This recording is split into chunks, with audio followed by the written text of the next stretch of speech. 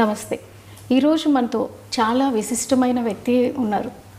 2 తెలుగు రాష్ట్రాలకి సంబంధించిన mega family అందరికీ ఈరోజు పండగ కానుంది. ఆవిడెవరో కాదు, ముద్దుగా అందరూ అంజనమ్మ అని పిలుచుకునే మన చిరంజీవి గారి తల్లిగారైన అంజనాదేవి గారు. అమ్మ నమస్తే. నమస్తే అండి. అమ్మ సినీ కళామ తల్లికి 3 స్టార్స్ని ఇచ్చారు.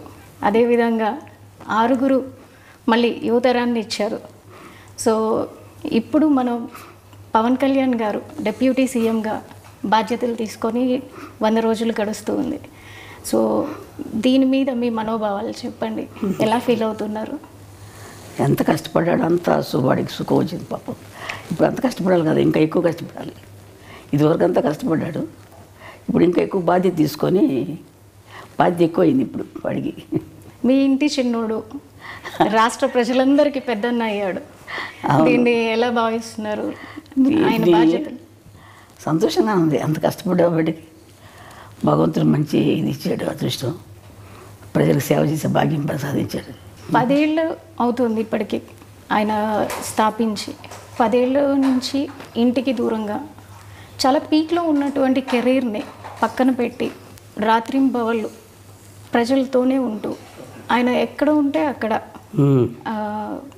కొన్ని ప్రాంతాల్లో అయితే కనుక ఆయన నేల మీద పడుకున్న రోజులు కూడా ఉన్నాయి.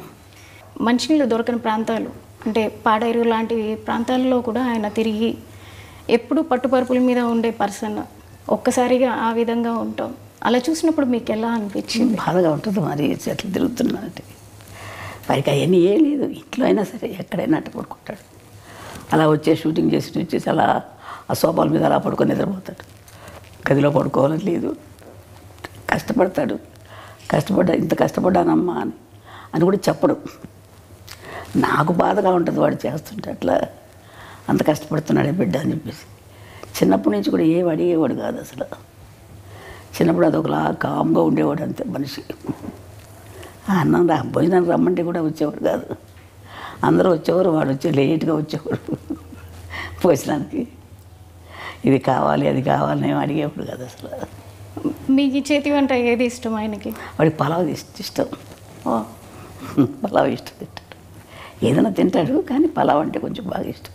మీతో ఉన్నప్పుడు ఆయన ఎక్కువగా పలావ్ తీసుకుంటారు అంటే వెజ్ నాన్ వెజ్? అది కూడా నాన్ వెజ్. నాన్ వెజ్ అడగడు, ఇది కావాలి అది కావాలని అడగడు నన్ను.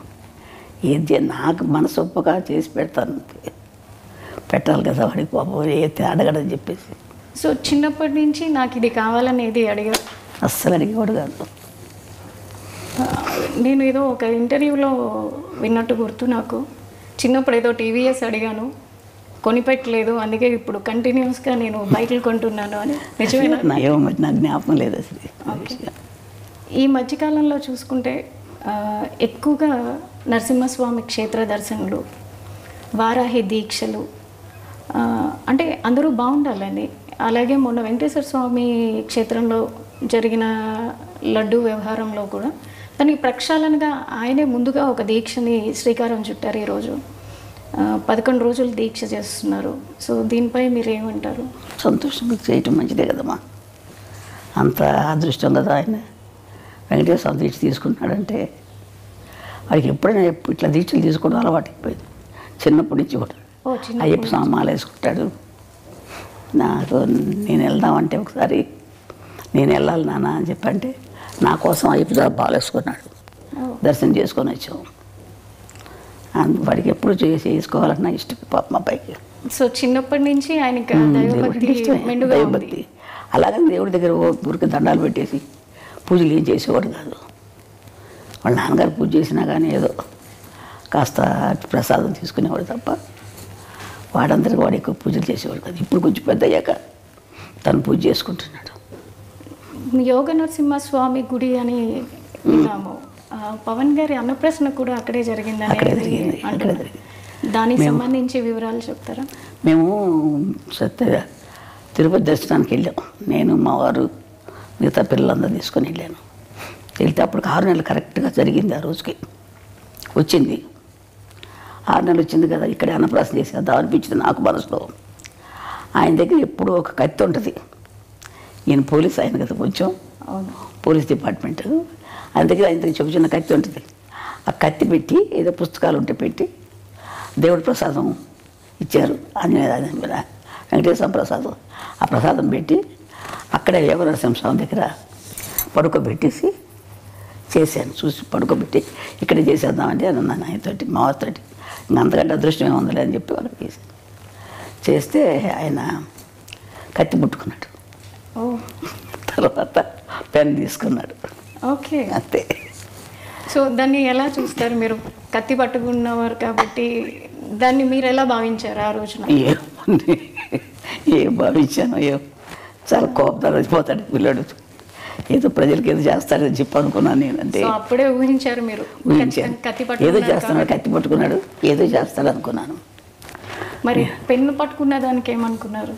అది చదువు తక్కువే వస్తుంది అనుకున్నాను. పెన్ను పట్టుకు వెనక రెండోసారి కదా చదువు. ఇది కష్టపడి పని చేస్తాడు, ప్రజల కోసం చేస్తాడు, ఏదైనా చేస్తాడు అనుకునేదని. కోపంగా అందరినీ రక్షించడానికి చేస్తాడు అనుకున్నాను. అంటే వాళ్ళ నాన్నగారు బాగా తిరుగుతారండి. ఆయన కూడా పోలీస్ డిపార్ట్మెంట్ కదా. ఆయన బుద్ధులన్నీ ఉన్నాయి ఆయనకి, ఆయన గుణాలే ఉన్నాయి ఈయన కూడా. కొంచెం తిరగటం, కోపం అన్నీ ఉన్నాయి. ఆయన కూడా అట్లా తిరిగేవారు. ఆయన ప్రభావం ఆయన మీద చిన్నప్పటి నుంచి ఉండేదా? చిన్నప్పటి నుంచి వాళ్ళ నాన్నగారితో బాగా ఎక్కువ ఉండేవాడు. అటాచ్మెంట్ ఎక్కువ. లాస్ట్ కదా వాళ్ళ నాన్నగారు లాగా ఉంటాడు, బుద్ధిగా. ఎక్కువ తిండి గురించి కానీ ఎక్కువ మాట్లాడు, మితంగా మాట్లాడతాడు, మితభాషి. అందుకని వాళ్ళ నాన్నకి ఇష్టం ఎక్కువ కంటే ఎక్కువ. అంటే అలాగని వాళ్ళ మీద లేకుండా లేదు. వీడు కొంచెం కామ్గా ఉంటాడు ఇంట్లో కూడా, ఎవరితో ఎక్కువ మాట్లాడేవాడు కాదు.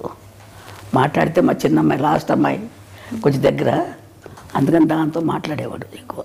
చిన్నప్పటి నుంచి పవన్ కళ్యాణ్ గారు పుస్తకాలు ఎక్కువగా చదువుతూ ఉండేవాళ్ళ? ఎక్కువ స్కూల్కి వెళ్ళేది ఒక లేదు.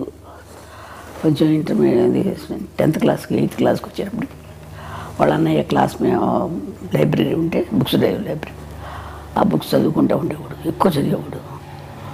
ఎందుకు ఎక్కడికి వెళ్తే చదువుతున్నానమ్మా అనుకునేవాడు, అనేవాడు అంతే. ఆ తర్వాత పెద్దయ్యాక కూడా అదే బుక్స్ అదే అలవాటు వచ్చేసింది. ఇప్పటికి కూడా పుస్తకాలు ఇంట్లో పెట్టుకొని, చాలా పెద్ద పుస్తకాలు. వాళ్ళ నాన్నగారు కొంచెం చదివేవారు పుస్తకాలు. అవి వాళ్ళ నాన్నయ్య అలవాటు అయిపోయి బాగా అయ్యి అది ఎక్కువ చదువుతూ ఉంటాడు. తర్వాత నాకు తెలియదు ఏంటంటే పుస్తకాలు ఉన్నాయి. మొన్న చూస్తే నేను ఇంట్లో ఇన్ని పుస్తకాలు ఉన్నాయి, ఎక్కడ అవన్నీ చదివి అందుకని ఇంత ఇది వచ్చింది వీడికి ఆలోచన అనుకున్నాను నేను. చిన్నప్పుడే అనుకున్నారా పెద్దయ్యాక ఏమవుతారు అనేది? నేను అంత ఆలోచించలేదమ్మా, ఊహించలేదు. ఇలా అవుతారని అయితే అస్సలు అనుకోలేదమ్మా. నేను ఎవరి గురించి నేనేమో అనుకోను. వాళ్ళ అదృష్టాలను బట్టి జరుగుతుంటుందమ్మా. ఇంట్లో ఎక్కువ ఎవరితో అటాచ్మెంట్ ఉంటుంది? చిరంజీవి గారితో. ఆయన చిన్నప్పుడు వాళ్ళ అన్నయ్య బాగా దగ్గర తీసేవాడు, చిన్నపిల్లడప్పుడు ఎక్కువ. ఈ చిన్నవాడు కదా, ఆయన ఎత్తుకొని ఫోటోలు తీసుకోవడం, వాళ్ళ అన్నయ్య తమ్ముడిని చాలా జాగ్రత్త బాగా చూసుకునేవాడు. తమ్ముడు అంటే పెద్ద ఆయన. అట్లాగే పెద్ద అయినా కానీ వాళ్ళ అన్నయ్య వదిన ఇప్పటికీ వాళ్ళ అన్నయ్య వదినతోటి. అంటే మేము నెల్లూరులో ఉండేవాళ్ళం, మా వారికి జాబ్ అక్కడ. ఇంకా అందుకని మాకు ట్రాన్స్ఫర్లు అయ్యాయి. అందుకని పిల్లలు చదువులు సరిగ్గా ఉండవని చెప్పేసి నేను తీసుకెళ్ళిపోతానమ్మా అన్నాడు మా పెద్ద అబ్బాయి. కళ్యాణ్ బాబుని తీసుకెళ్తాను, అక్కడ చదివిస్తానని. అందుకని పంపించాను మెడ్రాస్కి. కళ్యాణ్ గారికి మీరు అన్నప్రసన్న ఇప్పుడే పేరు పెట్టి ఉంటారు కదా, చిన్నప్పుడు పెట్టిన పేరు పవన్ కళ్యాణ్ అయినా? లేదు, కళ్యాణ్ కుమార్ అని పెట్టాం, శ్రీ కళ్యాణ్ కుమార్ అని పెట్టాం. ఆ తర్వాత పవన్ అని ఎవరో పెట్టారంట, నాకు తెలియదు అది. ఇప్పుడు అన్నప్రసన్న చేసినప్పుడు మీరు ఖచ్చితంగా ఏదో సాధిస్తాడు అని అనుకున్నారు కదా. 10 ఏళ్ళు అవుతుంది పార్టీని స్థాపించి. దానికన్నా ముందు ప్రజారాజ్యంలో అన్నగారితో ఉంటూనే అక్కడ యూత్ వింగ్ చూస్తూ అప్పుడు ప్రజల్లోనే మమేకమై ఉన్నారు. అప్పటికే ఆయన సినిమాల్లో ఒక చేస్తున్నారు, కొంచెం ఎదుగుతూ ఉన్నారు. అంటే మళ్ళీ పార్టీల వైపు మొగ్గుతున్నప్పుడు మీరు ఎలా భావించారు? నాకు ఎందుకు ఈ పార్టీలో మనకి సినిమాల్లో చేసుకుంటే బాగుంటుంది కదా అనిపించింది నాకు. అనిపించిన తర్వాత వాడి ఇష్టం, మనం ఏం చెప్పగలం. అవి చేస్తానమ్మా, ఇది చేస్తానని. సో మీరు వాదించారా అప్పట్లో? వాదించలేదు, నేను ఎక్కువ వాదించను అసలు. వాడి ఇష్టం, వాళ్ళు పెద్దవాళ్ళు అయిపోయారు, వాళ్ళ ఆలోచనలు వాళ్ళకు ఉంటాయి కదా. మనకి పెద్ద నాలెడ్జ్ ఏముంటుంది, వాళ్ళకున్నంత ఉండదు కదా మనకి మాకు అని చెప్పి నేనేం ఎక్కువ వాదించేదాన్ని కదా. అడిగేదాన్ని, నాన్న సినిమాలు చేసుకోకూడదా, ఎందుకు ఇది మనకి ఇదంటే, ఏ లేదమ్మా అది ఇది అన్నీ చేసుకుంటాను. సో కొన్ని ఇంటర్వ్యూల్లో చిరంజీవి గారు కూడా ఒకానొక టైంలో ఏమైపోతాడో, కళ్యాణ్ గారు ఎక్కువగా పుస్తకాలు చదవడం, ఎక్కడన్నా ఏదైనా చిన్న అన్యాయం జరిగినా దాని వైపు ఆయన మొగ్గు చూపడం, ముందు తూకుతాడు దాన్ని. అది చూసిన తర్వాత నేను ఒకానొక టైంలో ఎక్కడ ఒక రెబల్ అయిపోతారో అని భయపడిన రోజులు కూడా ఉన్నాయి అన్నారు.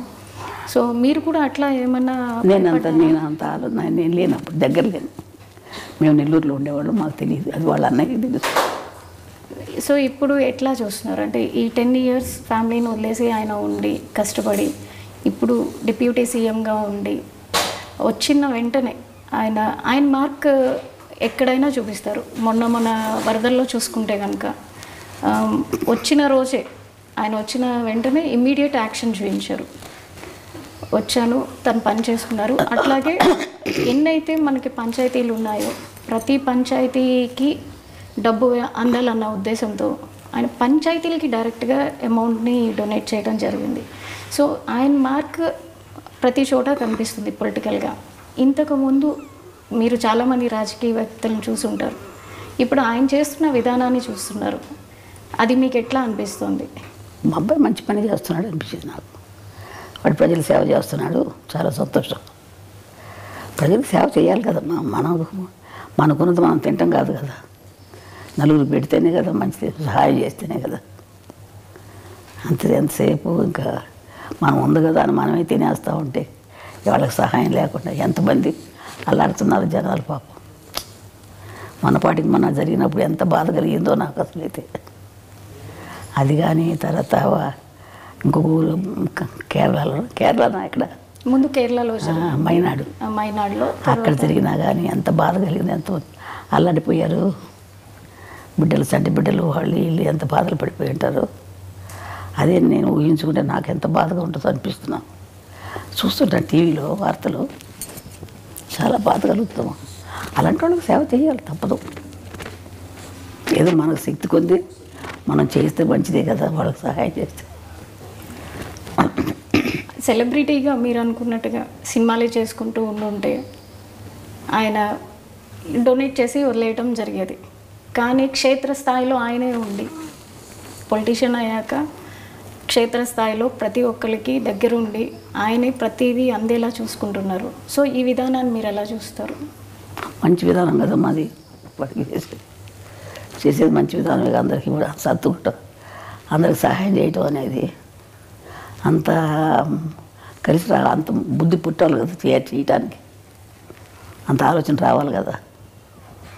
మంచిదే కదా మాకు చేసే బుద్ధి ఉంది. వాళ్ళ నాన్నగారికి కూడా ఉంది కొంచెం బుద్ధి, సేవ చేసే బుద్ధి. కళ్యాణ్ గారి ప్రస్థానం చూసుకుంటే అటు కెరీర్ వైజ్ కానీ ఇటు పొలిటికల్గా కానీ ఆయన మీద వాళ్ళ తండ్రి గారి ప్రభావం ఎక్కువ ఉందనుకుంటున్నారా, లేదా ఇంకెవరైనా ప్రేరేపణ ఉంది అని? ఇంకేం లేదు, వాళ్ళ నాన్నగారి ప్రభావం ఎక్కువ ఉంది. ఆయన ఇట్లాగే దాన ధర్మాలు చేసి సహాయం చేసేవారు, అందరికీ చేసేవారు. అదే బుద్ధి ఈయనకి కూడా వచ్చింది కొంచెం. అంటే అందరికి ముగ్గురికి ఉంది కొంచెం. ఈయన ఎక్కువ రాజకీయాలు ఉండబట్టి ఎక్కువగా కలిసేసుకుంటారు. సినిమా ఫీల్డ్లో ఉండగా కూడా అందరికీ సహాయం చేసేవారు, సినిమాలు యాక్ట్ చేసేటప్పుడు కూడా. ఇప్పుడు మీరు డిప్యూటీ సీఎంగా మీ అబ్బాయిని చూస్తున్నారు, తర్వాత నెక్స్ట్ ఇంకేమన్నా ఎదగాలని అనుకుంటున్నారా? ఏ స్థాయిలో మీ అబ్బాయిని చూడాలనుకుంటున్నారు? నేను అంత ఆశ లేదమ్మా నాకు, నేను అంత ఆశపడలేదు, అంత ఆలోచించలేదు. దేవుడు ఎలా చేస్తారో జరుగుతుంది అంతే. అంటే నేషనల్ వైడ్గా కూడా ఆయన మార్క్ పొలిటీషియన్గా మిగతా పొలిటీషియన్తో కంపేర్ చేసుకుంటే కనుక కళ్యాణ్ బాబు గారు వెళ్తున్న విధానం కావచ్చు, అటు డివోషనల్గా కావచ్చు, బీజేపీతో అలయన్స్ అవటం వల్ల కావచ్చు, ప్రతి ఒక్కరిలోనూ ఒక చైతన్యం వస్తుంది.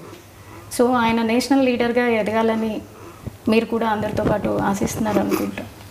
వాడు ఇప్పుడు అనుకోలేదు కదా ఇలా ఇప్పుడు సీఎం అవుతాడు, అదే అలా జరుగుతుంది, ఆటోమేటిక్గా అవి జరుగుతాయి అట్లా. అంతే కదా, మనం ఆలోచించేది కొద్దిగా జరగవు కదా. దేవుడు ఎట్లా చేసుకుంటారు, భగవంతుడు ఎట్లా చేస్తాడు అట్లా చెప్తాడు. పవన్ కళ్యాణ్ గారు వారి తండ్రి గారైన వెంకట్రావు గారి నుంచి చాలా వరకు ఆయన బుద్ధులే క్యారీ ఫార్వర్డ్ అయినాయి అని మీరు చెప్పారు. అదేవిధంగా ఆయన వెళ్ళే పద్ధతిలోనే కళ్యాణ్ గారు కూడా ఎక్కువగా వెళ్తూ ఉంటారు. కళ్యాణ్ గారికి చిన్నప్పుడు వారి తండ్రితో ఏ విధమైనటువంటి బాండింగ్ ఉండేది? ఎక్కువ ఆయనతోటి బాగానే ఉండేవాడు. చిన్నప్పుడు కొంచెం పట్టుదల ఎక్కువైంది పిల్లడికి. ఏదైనా సరే నాకు ఇది కావాలంటే కావాలంతే, చెయ్యాలనుకుంటే చేస్తాడు. ఆ పట్టుదల ఉంది. ఒకసారి మా అమ్మగారు ఊరు మా మొగల్తూరు, వెస్ట్ గోదావరి, మొగల్తూరుకి ఆయన నేను తీసుకెళ్తానని చెప్పి ఆయన వెళ్తున్నారు. మా అమ్మ వాళ్ళ ఇంటికి వెళ్తుంటే ఈయనకి రమ్మని చెప్పారు. అందరం వెళ్దాం అనుకుంటే ఆ రోజు ఎందుకులే ఇప్పుడు వెళ్తాం అని చెప్పేసి మానుకోవాల్సి వచ్చింది. ఏదో కొంచెం కారణాల వల్ల మానుకున్నా. అంటే కాదు నాన్న, వెళ్ళాల్సిందని చెప్పి పట్టుబట్టాడు. చెప్తుంటే ఈయనేవాడు కాదు, మొండికి ఎత్తేసేవాడు. వెళ్ళాలి, తప్పదు నాన్న, తీసుకెళ్తాను. వద్దురా నాన్న, తర్వాత వెళ్దాం మనం అంటే ఇన్నే వచ్చి అమ్మ కొట్టారు. కొట్టిన తర్వాత అప్పుడు మానేశాడు. పట్టుదల ఎక్కువ చిన్నప్పటి నుంచి కూడా. ఇది చెయ్యాలంటే చేసేసేవాడు అంతే. మరి మా ఫోన్లో ఎందుకు లేదని ఊరుకోడు. ఇప్పుడు అదే పట్టుదల వచ్చింది అడిగి, ఏదైనా చేయాలని కూడా చేస్తాడు. అదే పట్టుదల ఇప్పుడు ఈ స్థాయికి ఆయన రావడానికి కారణమవుతుందని మేము కూడా అంతే నమ్ముతున్నాం. ఇప్పుడు చంద్రబాబు నాయుడు గారు జైల్లో ఉన్నప్పుడు కూడా ఆయన ఫ్లైట్లో రానినప్పుడు బై రోడ్ వచ్చారు. బై రోడ్ ఆపినప్పుడు కూడా ఆయన అక్కడే రోడ్డు మీద పడుకున్నప్పుడు చాలా బాధ కలిగిందమ్మా. ఎందుకు ఈ బాధలేని మనకు అనిపించేసింది. రోడ్డు మీద పడుకున్నాడు కదా, చాలా బాధ కలిగింది నాకు. ఎందుకు ఈ బాధలు, రోడ్డు మీద అలా పడుకోవాలా అని అనిపించేది. రాదు కార్లలో ఇచ్చేవాడు కాదు, నడిచి వెళ్ళేవాడు. అవును. కానీ సక్సెస్ చూసాక ఎట్లా అనిపించింది? ఆనందం, సంతోషంగా ఉంటుంది. అవన్నీ వాడి కష్టానికి తగ్గ ఫలితం జరిగింది. భగవంతుడు మంచి ఫలితం ఇచ్చాడు అని చెప్పి అనుకుంటాడు. వాడు కష్టపడ్డాడు, మంచి జీవితం ఇచ్చాడు. వాడిప్పుడు ఇంకా ఎక్కువ కష్టం ఇచ్చాడు. అప్పుడు కంటే ఎక్కువ కష్టం, బాధ్యతే కదా, ఎక్కువ బాధ్యతే కదా. మీరు ఇంకా పవన్ కళ్యాణ్ గారు ఉన్నత శిఖరాలకి వెళ్ళాలని కోరుకుంటున్నారు కదా. ఎవరికైనా ఏ తల్లిదైనా మంచి వృద్ధిలోకి రావాలని ఉంటుంది కదమ్మా. ఏ తల్లిదండ్రులైనా కోరుకుంటారు కదా బిడ్డలు మంచి వృద్ధిలోకి రావాలి. అదేవిధంగా నాకు కూడా ఉంది, బిడ్డలు మంచి వృద్ధిలోకి రావాలి, బాగుండాలని. అదే నేను కూడా కోరుకుంటున్నాను ఆ విధంగానే. సరే అమ్మా, థ్యాంక్ యూ సో మచ్. మీ సమయాన్ని మాకు ఇచ్చి సమయ తల్లి పవన్